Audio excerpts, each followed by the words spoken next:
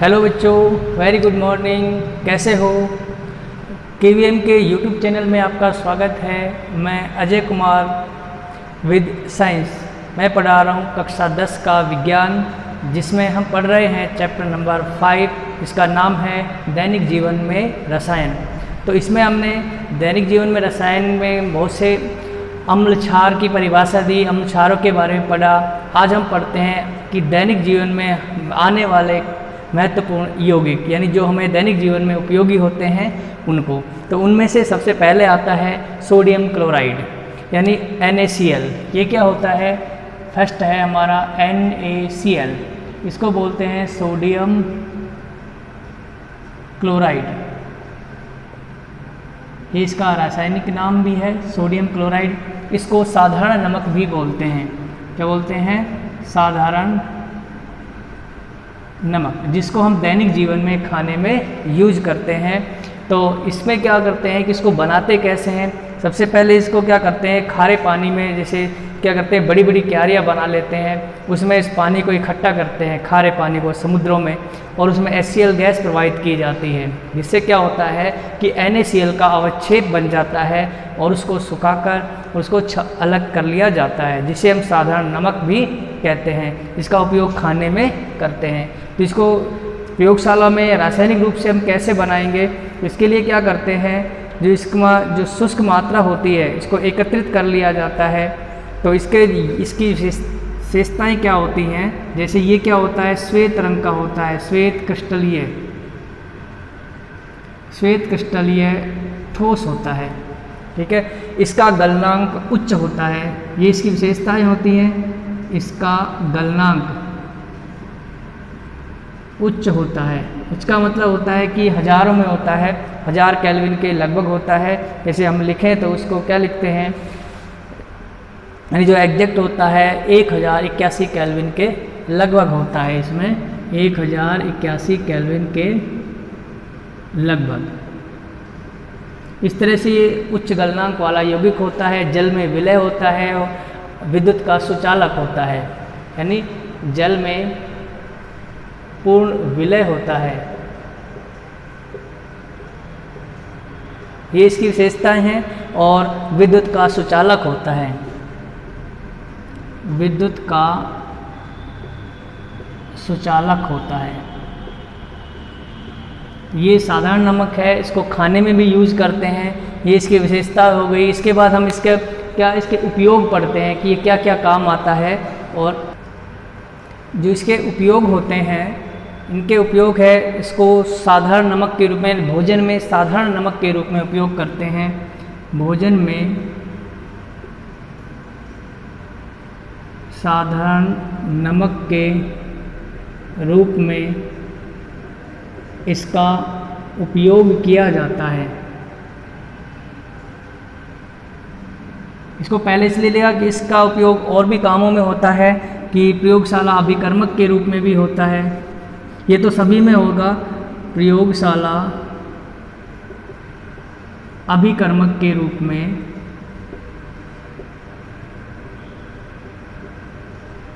और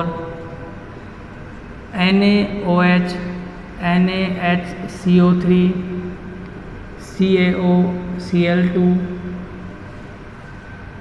Na2CO3 आदि के निर्माण में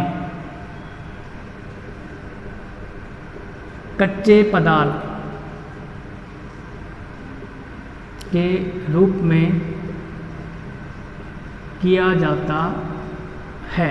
यानी हम इनको बनाएंगे, sodium hydroxide, sodium bicarbonate, calcium, ये विरंजक चूर्ण और सोडियम कार्बोनेट आदि को बनाते हैं। तो इनके निर्माण में भी इसका उपयोग किया जाता है। तथा हिमकरण मिश्रण बनाने में भी, हिमकरण मिश्रण बनाने में भी इसका उपयोग किया जाता है।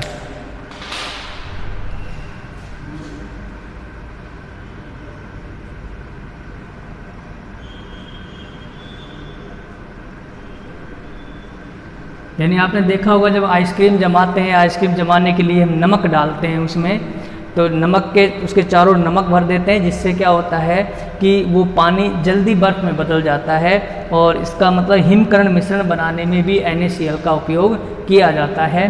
तो ये इसके उपयोग हो गए हैं। और खाद्य परिरक्षक के रूप में भी, यानी किसी चीज़ को सड़ने गलाने से बचाने के लिए उसे क्या कहते हैं, खाद्य परिरक्षक। खाद्य परिरक्षक क्या होते हैं, फूड प्रिजर्वेटिव बोलते हैं जिनको, यानी कोई चीज़ सड़ने गलने से बचाने के लिए हम क्या करते हैं, नमक को डाल देते हैं। तो खाद्य परिरक्षक के रूप में भी इसका उपयोग होता है, तो ये हो गए NaCl के विशेषताएं और इसके उपयोग। तो इसका स्क्रीनशॉट ले लो। इसके बाद हम नेक्स्ट जो उपयोगी पदार्थ है सोडियम क्लोराइड के बाद, उसको हम पढ़ेंगे। इसका स्क्रीनशॉट ले लो, नोट साथ साथ बनाते चलो। इसके बाद सेकंड यौगिक है सोडियम हाइड्रोक्साइड।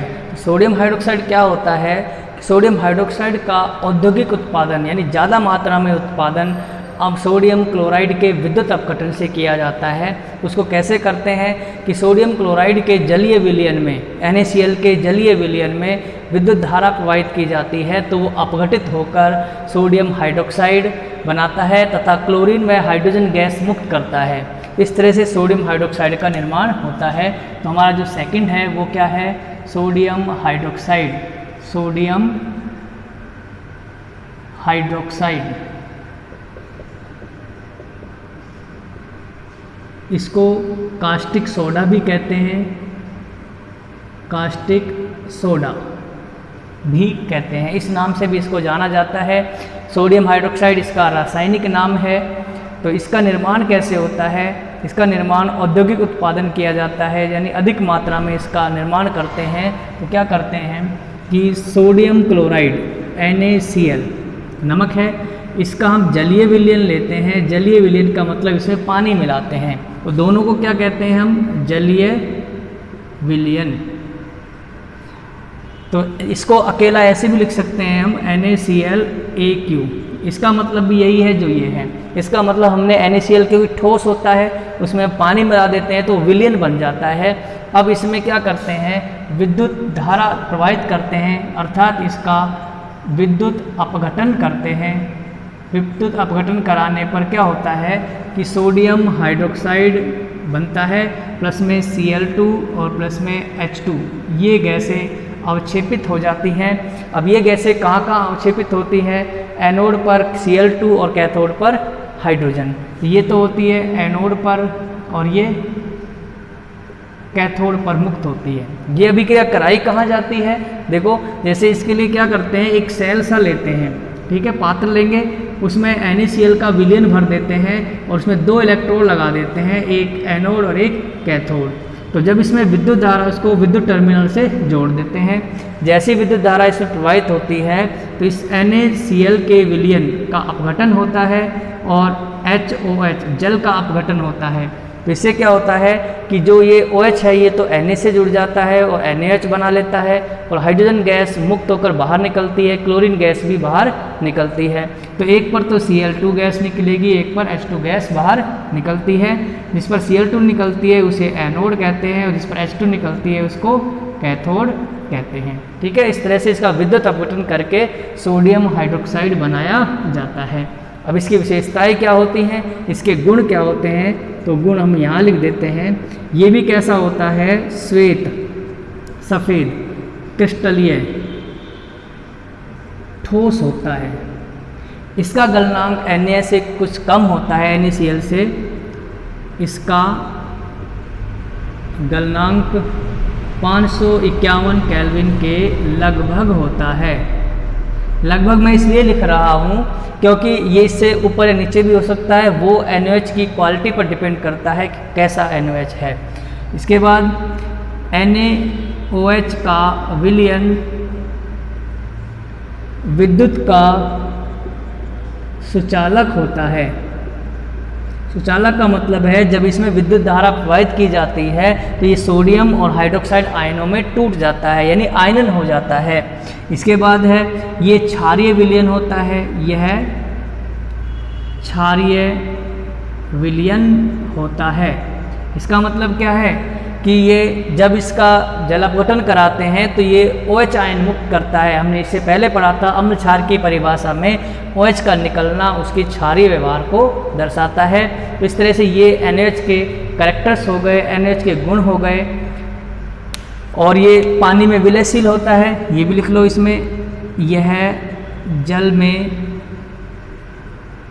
विलयशील होता है, तीव्र घुल जाता है, तेजी से घुल जाता है। तो NaOH को बनाने की विधि हो गई, इस तरह से सेल में बनाते हैं इसको, NaOH बनता है, एनोड पर Cl2 मुक्त होती है, हाइड्रोजन गैस कैथोड पर मुक्त होती है।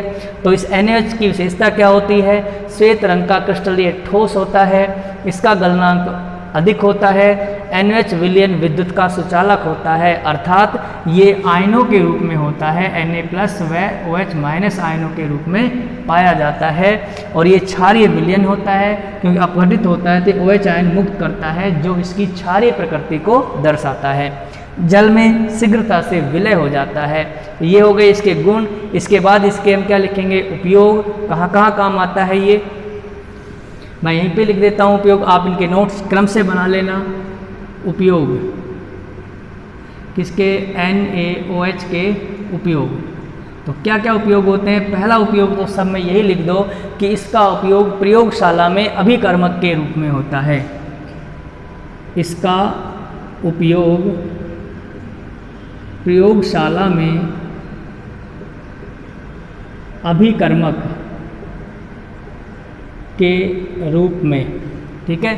और नेक्स्ट इसका उपयोग है, इसका साबुन उद्योग, वस्त्र उद्योग, उनमें भी इसका उपयोग किया जाता है, इसके द्वारा साबुन बनाए जाते हैं। तो साबुन उद्योग, साबुन, कागज उद्योग में इसका उपयोग होता है, ठीक है। साबुन बनाते हैं या कागज़ उद्योग है, उनमें भी इसका उपयोग किया जाता है। इसके बाद जो इसका नेक्स्ट उपयोग है, अभिरंजक के रूप में हो गया। बॉक्साइट धातु कर्म के रूप में भी इसका उपयोग करते हैं। धातु कर्म का मतलब होता है जो बॉक्साइट अयस्क होता है उसमें से धातु को निकालने में काम आता है।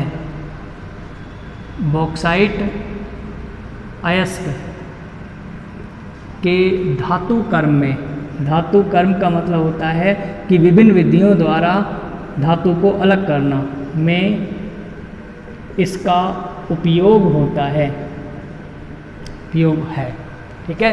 बॉक्साइट अयस्क में, साबुन उद्योग में, कागज उद्योग में, प्रयोगशाला अभिकर्मक में, पेट्रोलियम के शोधन में भी इसका उपयोग करते हैं।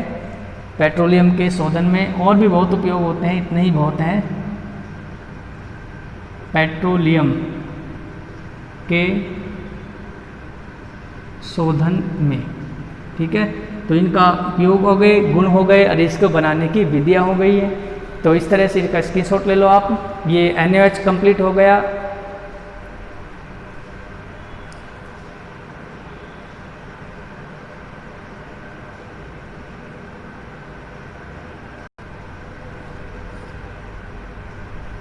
इसके बाद है विरंजक चूर्ण।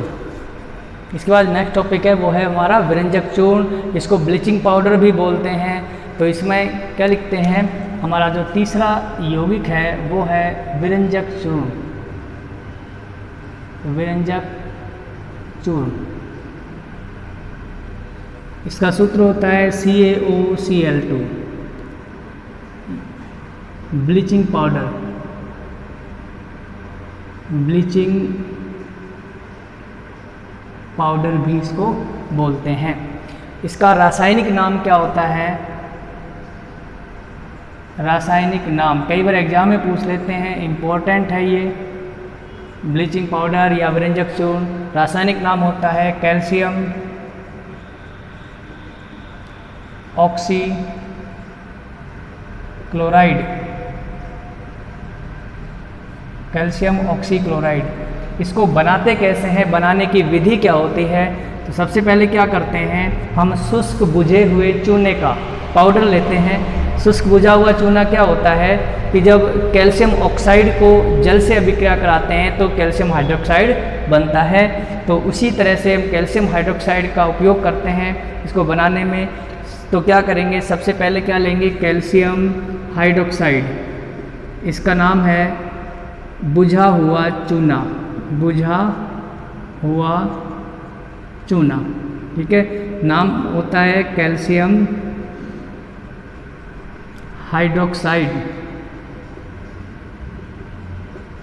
इसमें क्या करते हैं, इसमें क्लोरीन गैस, तो हम लिखेंगे कैसे कि ऐसे लिखना है, जब कैल्शियम हाइड्रोक्साइड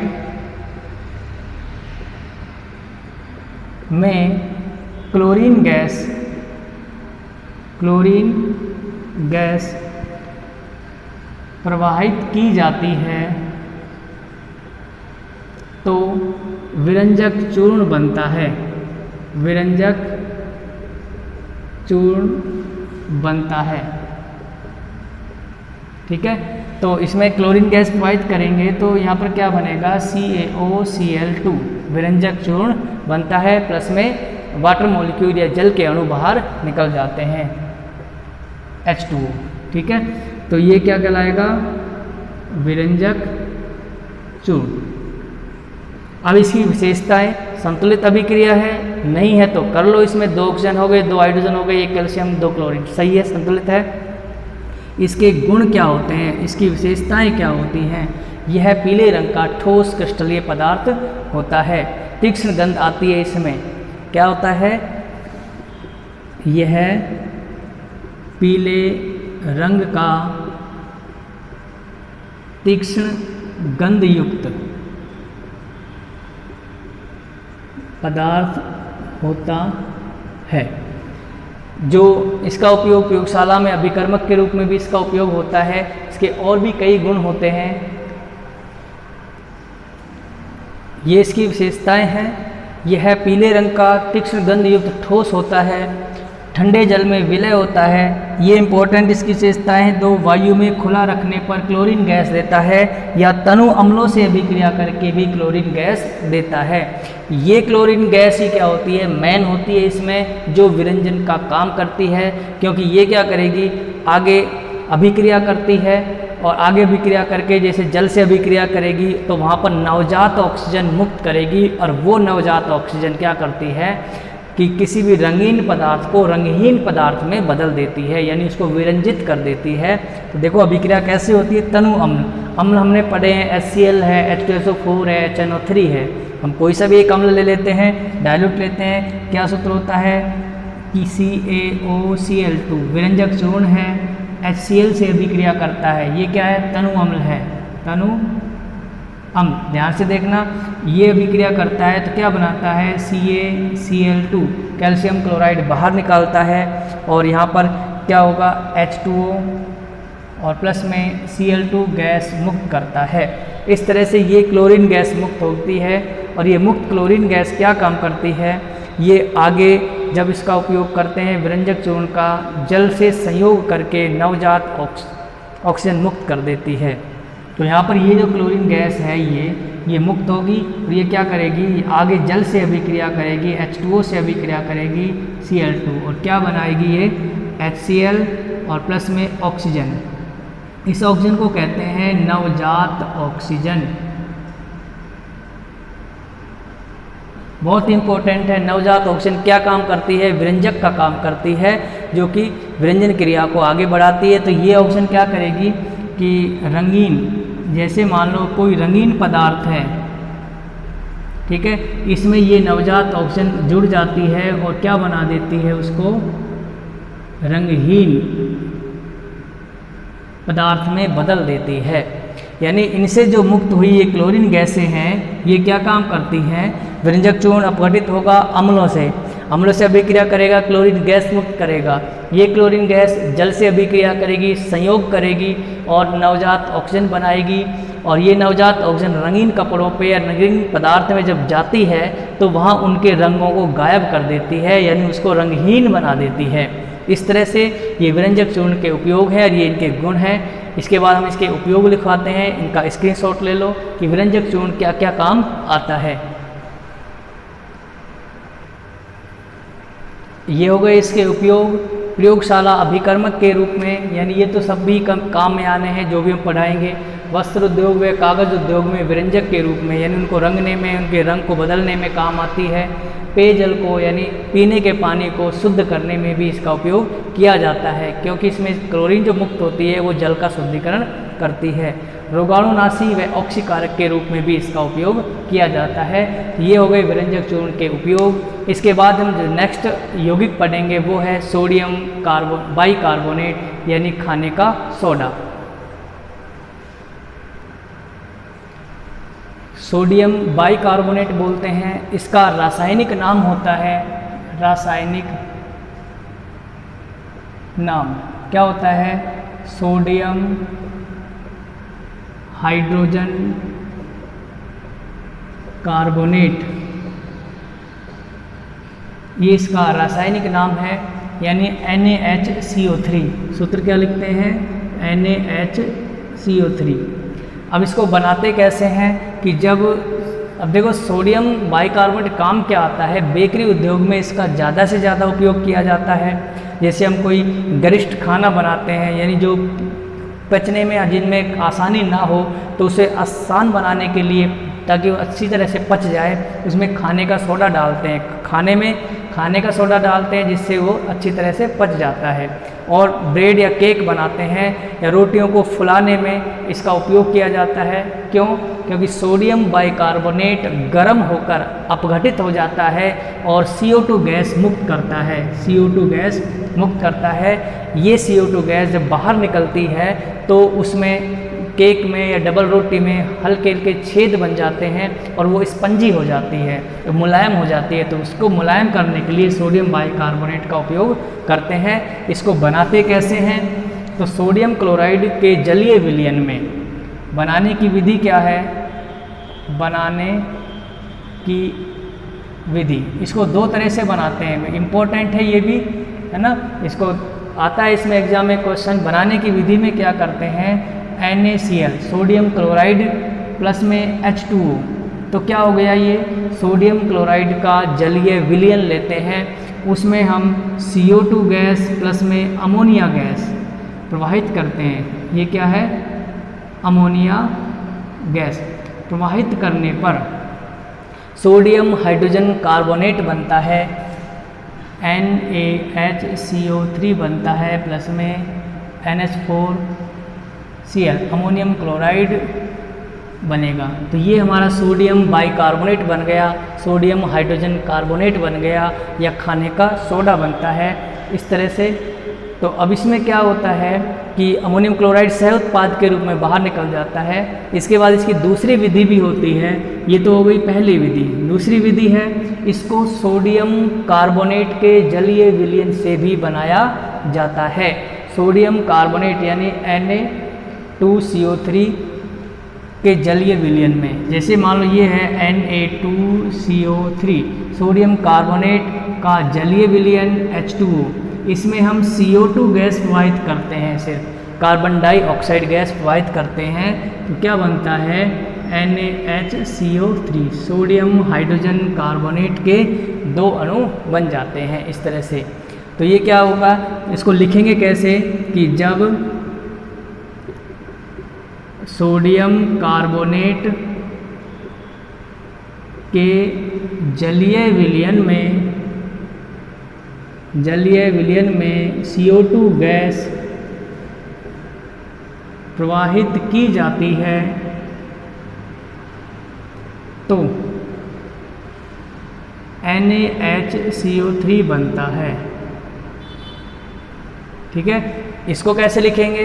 जब NaCl के जलीय विलयन में CO2 व अमोनिया गैस प्रवाहित की जाती है तो सोडियम बाइकार्बोनेट बनता है। अब ये होता क्या है, इसकी विशेषताएं क्या होती हैं, तो वो लिखेंगे। इसका स्क्रीनशॉट ले लो, इसके बाद इसके गुण लिखते हैं और फिर इसके उपयोग। तो इसकी विशेषताएं क्या होती हैं, गुण क्या होते हैं? सोडियम बाइकार्बोनेट में क्या है? ठोस क्रिस्टलीय होता है, श्वेत क्रिस्टलीय ठोस होता है। खाने का सोडा है, ठोस होगा, सफ़ेद पाउडर की तरह होगा, और जल में विलय होता है, जल में विलय होता है, वाटर सोल्यूबल है, और इसका गलनांक उच्च होता है इसका भी।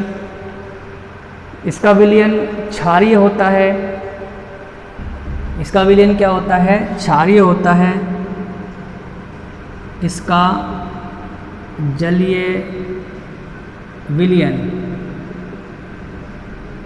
क्षारीय होता है। इसे गर्म करने पर, ये इम्पोर्टेंट है, ध्यान रखना इसका गुण, इसे गर्म करने पर CO2 गैस मुक्त होती है, जो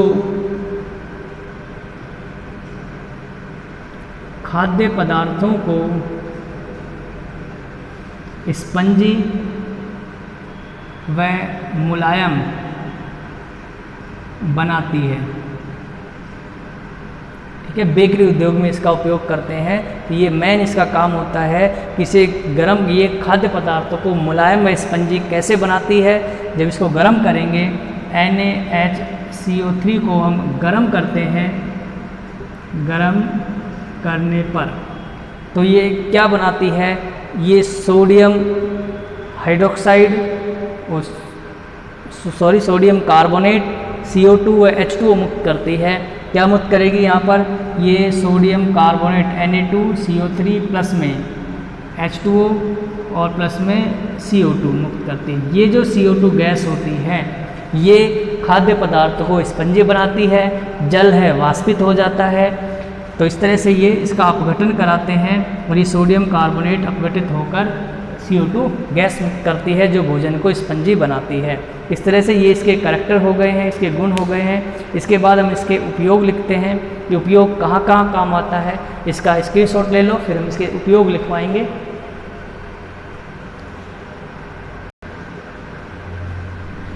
देखो, इसका उपयोग सोडियम बाइकार्बोनेट का उपयोग खाद्य पदार्थों के बेकिंग पाउडर, यानी इसको खाने का सोडा भी बोलते हैं, खाद्य पदार्थों को गलाने में, उनको पचनीय योग्य बनाने में काम में लिया जाता है।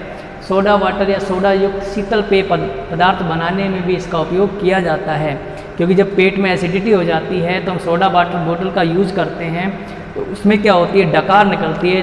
क्यों? क्योंकि वो अपघटित होकर CO2 गैस मुक्त करती है, जो बाहर निकलती है, जिससे क्या होता है? पेट की एसिडिटी गायब हो जाती है। अग्निशामक यंत्रों में और प्रयोगशाला अभिकर्मक में इसका उपयोग किया जाता है। कई बार चाय, अचार, मुरब्बा खाने से पेट में अम्लता बढ़ जाती है, जलन होने लगती है, यानी जिसे हम एसिडिटी कहते हैं, तो उसको दूर करने में भी एंटा एसिड के रूप में, यानी प्रति अम्ल के रूप में इसका उपयोग करते हैं। जैसे ही इसको खाते हैं तो ये अम्ल को से क्रिया करके उसको लवण में बदल देती है, अर्थात उसको उदासीन करना प्रारंभ कर देती है, जिससे पेट में जलन दूर हो जाती है। तो इस तरह से सोडियम बाइकार्बोनेट या खाने के सोडे का उपयोग किया जाता है, इसको बनाया जाता है। इसके बाद जो नेक्स्ट है वो है सोडियम कार्बोनेट। अब देखो, इसमें हमने गुण पढ़े थे सोडियम बाइकार्बोनेट से सोडियम कार्बोनेट बनाना। एक विधि ये भी है कि सोडियम कार्बोनेट बनाने में काम आती है। इसका स्क्रीनशॉट ले लो।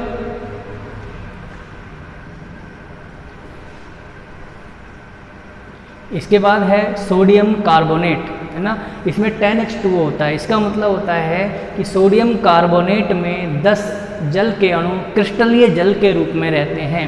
क्रिस्टल जल यानी जो ठोस अवस्था में पाया जाता है। अब जैसे ही हीट मिलती है तो ये जल द्रव में बदल जाता है। ठोस अवस्था इसकी क्या होता है? ये द्रव में बदल जाती है। इसे धावन सोडा या कपड़ा धोने का सोडा भी कहते हैं। इसका रासायनिक नाम सोडियम कार्बोनेट है। इसको बनाते कैसे हैं? बनाने की विधि वैसे तो साल्वे विधि से बनाया जाता है, लेकिन इसका उपयोग इसमें बेकिंग जो पाउडर होता है, खाने का सोडा होता है, उसको गर्म करके भी बनाया जाता है। NaHCO3 को हम गर्म करते हैं तो क्या होता है? ये अपघटित हो जाता है और क्या बनाएगा? सोडियम कार्बोनेट बनाता है। तो इसका अपघटन करते हैं तो ये क्या बनाता है? Na2CO3 प्लस में H2O और प्लस में CO2 गैस मुक्त करता है। ठीक है, तो ये क्या बन गया? ये हो गया सोडियम कार्बोनेट। ये क्या होता है? मृत होता है, डेड होता है। इसका उपयोग हम कपड़े धोने में नहीं करते हैं। अब इसका क्या करते हैं? हम क्रिस्टलीकरण कराते हैं जल के साथ में। सोडियम कार्बोनेट है, सोडियम बाइकार्बोनेट से बनाया गया है। इसका क्रिस्टलीकरण कराएंगे Na2CO3 प्लस में 10H2O, 10 जल के अणु जोड़ेंगे। इसको क्रिया क्या कहेंगे? क्रिस्टलीकरण। क्रिस्टलीकरण, पुनः इसका क्रिस्टलीकरण कराते हैं और ये क्या बनाता है? सोडियम कार्बोनेट इंटू 10H2O, ये बन गया। इसे कहते हैं धावन सोडा। धावन सोडा। इस तरह से सोडियम कार्बोनेट को बनाया जाता है। अब इसके गुण क्या होते हैं, विशेषताएं क्या होती हैं, वो लिखते हैं। गुण, यह श्वेत क्रिस्टलीय ठोस होता है। अब ये जल में तो विलय होगा, है ना, जल में विलय होता है, पाउडर होता है। इसमें जो जल होता है वो क्रिस्टलीय जल के रूप में पाया जाता है। इसका जलीय विलयन होता है वो क्षारीय होता है। क्या लिखेंगे? इसका जलीय विलयन क्षारीय होता है। ठीक है। अब इसको गर्म करते हैं, इसको जलाते हैं, तो इसका जो गर्म करने पर ये जल अलग हो जाता है और वापस से मृत सोडियम कार्बोनेट में बदल जाता है। इसको नीचे लिख लो, यह गर्म करने पर क्रिस्टल जल त्याग देता है। अगली विशेषता क्या होती है? यह गर्म करने पर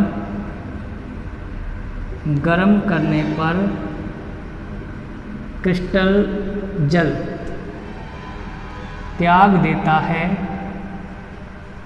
और सोडा एस बनाता है, यानी सोडे की राख, मृत, जिसको मृत बोलते हैं, सोडा एस बनाता है।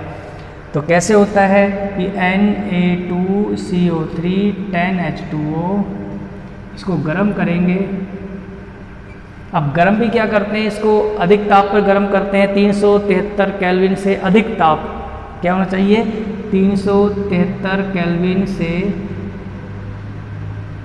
अधिक ताप पर इसको गर्म करते हैं तो ये अपघटित हो जाता है और क्या बनाता है? Na2CO3 प्लस में H2O, इसे कहते हैं सोडा एस। एस का मतलब होता है राख, है ना, सोडे की राख बनती है। तो इस तरह से इसका अपघटन होता है और 10 जल के अणु अलग हो जाते हैं, 10H2O।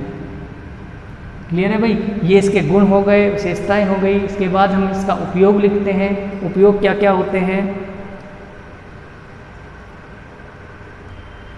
ये इसके उपयोग हैं, किस किस में काम आता है?